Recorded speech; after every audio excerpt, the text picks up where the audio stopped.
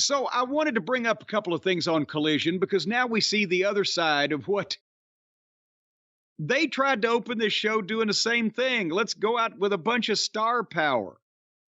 But it got so confusing and so muddy. That's why I said, you said originally I didn't watch that show. I said, you got to see the first segment at least.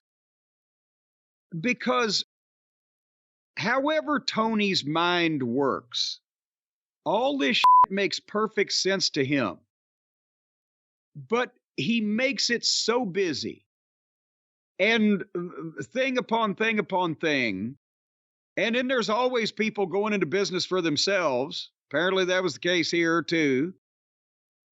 That by the time you get to the end of the thing, you don't remember what the point was that they started with that you were supposed to remember because they've topped it with 6 others. Is that kind of a summation of what was going on here in your mind, Brian? I thought this was a good introduction to Adam Copeland, what AEW is here in this segment.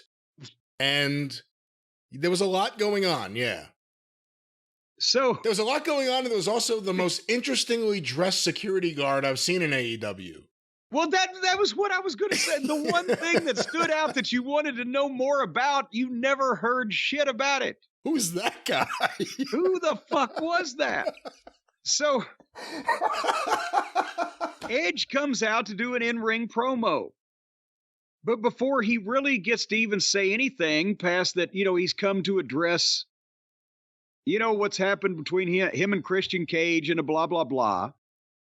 Here comes Cage's music, and that interrupts with him and Nick Wayne and Dino Douche and the security force. He's got like 6 or 7 security guys, and they always all look like indie guys wearing black shirts and black pants, and it says security. Except there was one guy in an odd color suit, to say the least, but he's wearing a suit. It looked like maybe it was that Ultra Suede from the 80s. And he was the biggest guy there, including Christian Cage. I think Dino was the only one who maybe had been bigger than he was.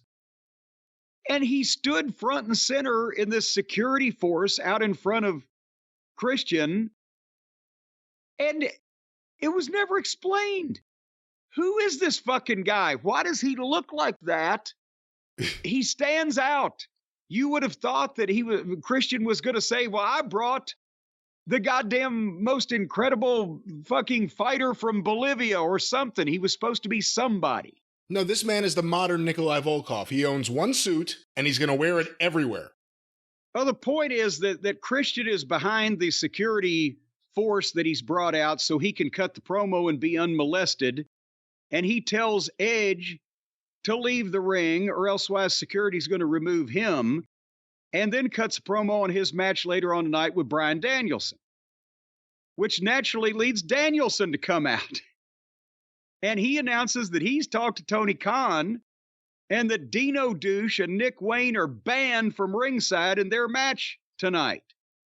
Which is a good thing, because the last thing I would want would be a member of the Blackpool Combat Club having unfair interference in one of their matches. That's right, because, and we'll talk about that in a minute, Danielson is the babyface in this equation, wrestling the biggest heel in the company right now, Christian Cage, but he's still a member of the top heel group that's only heels kind of, and not really for sure. So then, when Danielson announces that Dino and Nick Wayne are banned from ringside, naturally, that means Ricky Starks' music is going to play. And here comes Starks and Big Bill. And they came out because he's saying they're taking up his time. And at that point, I'm like, what is this pointing to? We're starting to lose a little focus here. And then whatever the fuck Starks did pissed Edge off enough that Edge started just blistering him, calling him a Rock ripoff. You got your fucking clothes, your everything from The Rock. And just quick too, just bam, bam. And you said you may have heard that Starks took a left turn on the material and pissed Edge off. What I have seen is rumors out there. I haven't talked to anyone about it. I haven't asked anyone. But apparently, there are people who believe that maybe Starks went, as they say, off script, or perhaps the comment about bug eyes or whatever it was. Something was said that maybe triggered Adam Copeland a little bit, which is why he completely defanged the heel right to his face. Just the most obvious statement that at the same time was the cruelest thing that you can say about Starks. Yeah, you want to be the fucking Rock. And as a matter of fact, I wrote Edge blister Starks with ad-libs about being a Rock ripoff, because you could tell that was not in any way prepared material, nor did anybody know it was coming. And it looked like Starks was rattled for a second or two, trying to figure out what to say.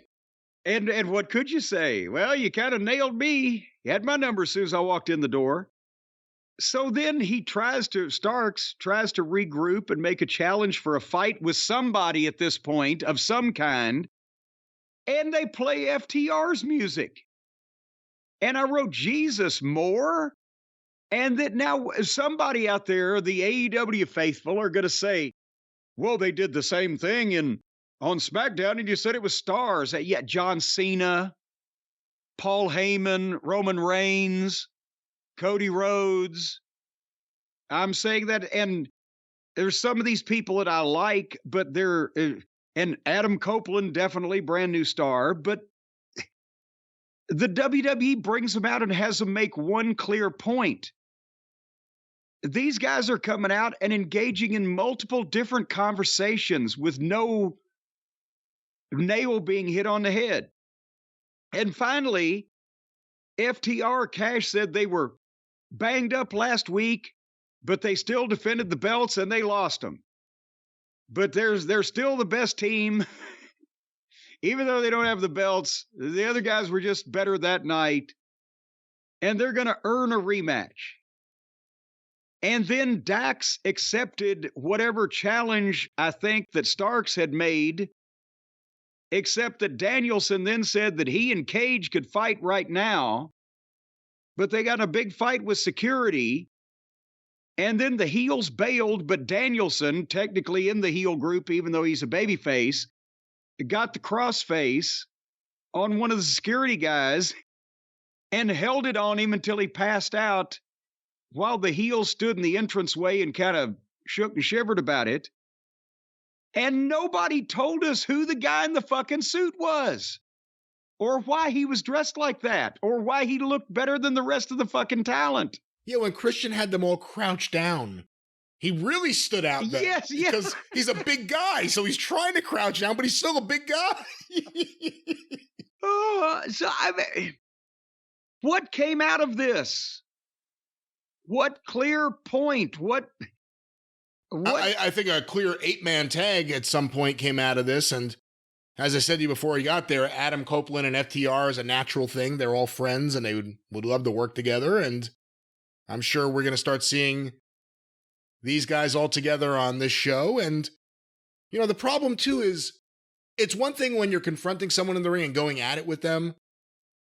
Everyone, and this is both companies, they come to the ring to, list off their credentials to the person they're about to, go at it with. I heard you say all those things. Let me remind you of who I am and what my goals are in life. I was born a poor black child in a log cabin.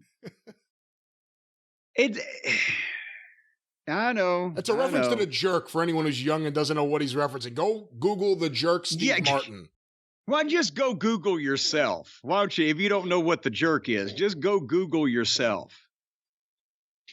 Oh, Harley, well, you okay? Let's get back to your special purpose here, Jim. I'm sorry. She's, Well, my special purpose is taking care of Harley. She was eating her stick and she's better now.